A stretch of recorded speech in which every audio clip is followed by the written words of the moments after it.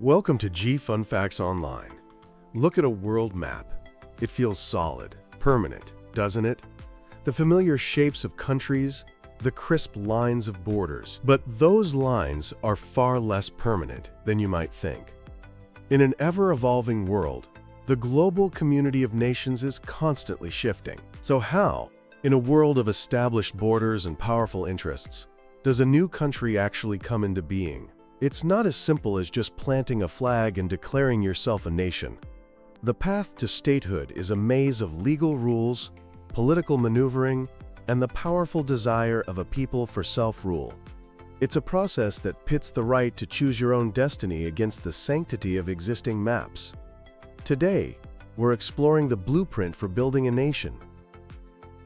At the very heart of what legally defines a country is a document from 1933 called the Montevideo Convention. While not all countries have officially signed it, its principles are widely accepted as the baseline for statehood. Think of it as the four-ingredient recipe for making a country. First, you need a permanent population. This doesn't mean the population can't change, but you need a stable community of people who live there on an ongoing basis. The size doesn't matter. Tiny island nations and massive countries all pass this test. What matters is that people call it home permanently. Second, you must have a defined territory. This means a clear geographical area that you control. Now, border disputes are common and don't automatically disqualify you, but there must be a core, undisputed territory that is undeniably yours. You can't be a country without a piece of the earth to call your own. Third, you need a government. There must be an administrative system in place that can maintain law and order, provide basic services, and actually govern the people within your territory. It has to exercise effective control.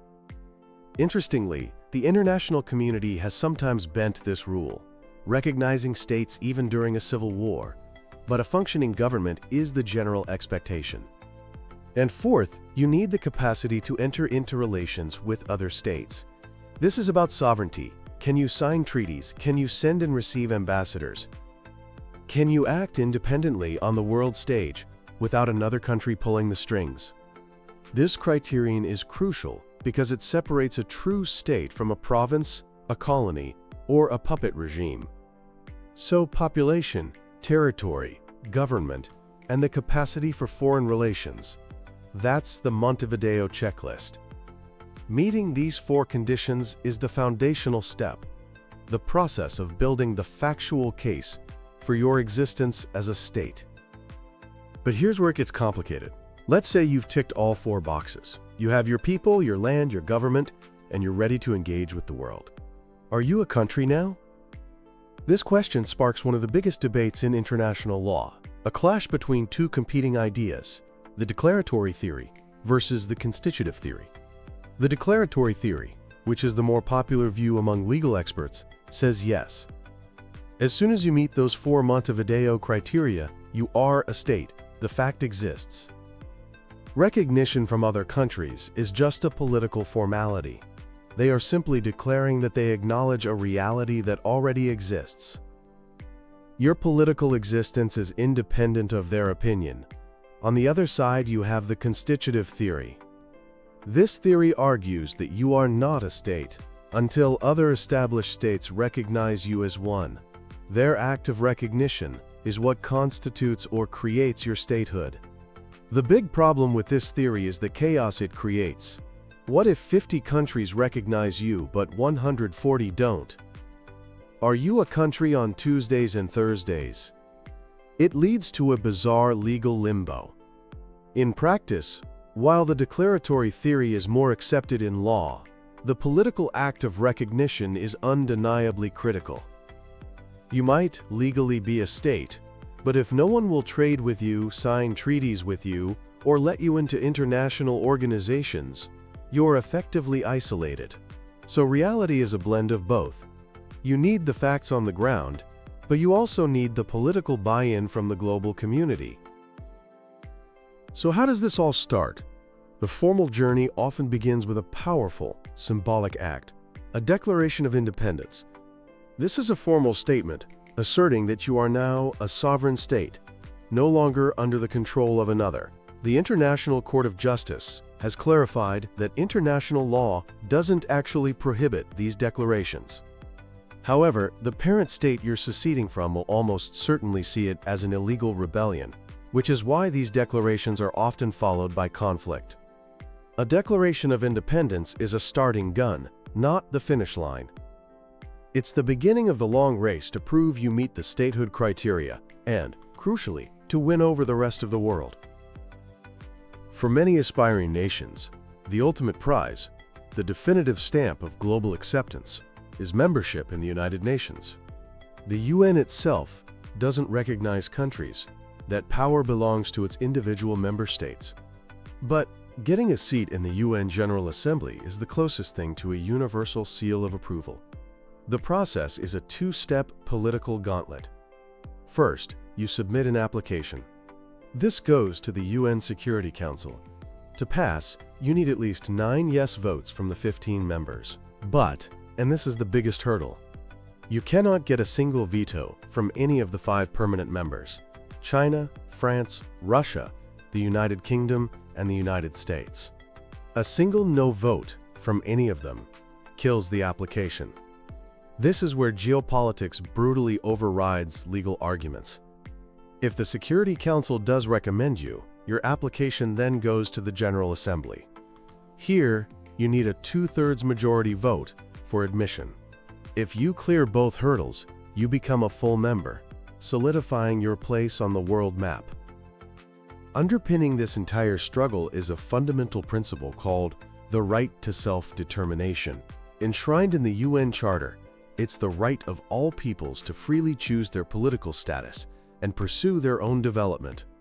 This principle was the engine of decolonization in the 20th century, leading to the birth of dozens of new nations. But this right has a direct conflict with another core principle: territorial integrity.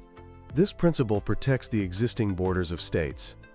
International law does not give every minority group a blank check to secede. The right to what's called external self-determination, the right to form your own independent state, is generally limited to very specific situations: decolonization from a foreign empire, ending a foreign military occupation, or cases where a distinct group is systematically and utterly denied its right to internal self-determination, meaning they have no way to meaningfully govern themselves within the existing state. This tension means that most modern independence movements face a steep, uphill legal battle. Let's look at how this plays out in the real world. A clear success story is South Sudan, which became a country in 2011. After decades of devastating civil war with Sudan, a referendum was held where an overwhelming majority voted for independence. The process was backed by key international players, and South Sudan was admitted as the 193rd member of the UN. Now consider a more contested case: Palestine. The State of Palestine was declared in 1988 and is now recognized by over 150 of the 193 UN members. It even holds non-member observer state status at the UN, allowing it to participate in debates. However, its path to full membership and universally accepted sovereignty is blocked by political obstacles, most notably the consistent veto power of the United States in the Security Council. Then there's the unique case of Taiwan. The Republic of China, as it's officially known, meets all the Montevideo criteria. It has a stable population of 23 million, a defined territory, and a functioning democratic government that exercises full control. However, due to the One China policy, which is politically enforced by the immensely powerful People's Republic of China, most nations around the world do not formally recognize Taiwan as an independent state to avoid angering Beijing. This makes Taiwan a de facto state that is not de jure recognized by most of the world. And of course, there are movements that fail to gain traction, like the independence movement in Catalonia, Spain, or the tragic bid for a Republic of Biafra in Nigeria, which led to a brutal civil war and its defeat. These cases show that meeting the legal checklist is often not enough.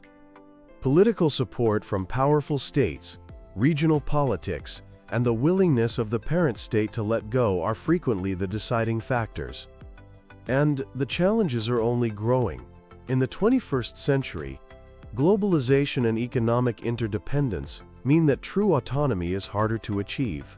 The aspirations of a people for their own state are often just pawns in a great power geopolitical chess game. A potential new state's alignment with or against the interests of a global player like the US, China, or Russia can seal its fate. In conclusion, the journey from a collective dream to a recognized seat at the United Nations is one of the most difficult in international affairs. It requires establishing facts on the ground: a government, a territory, a people. It requires navigating the murky waters of international law, balancing self-determination against territorial integrity. But most of all, it is a high-stakes political game, requiring the cultivation of support and the granting of recognition from the existing club of nations.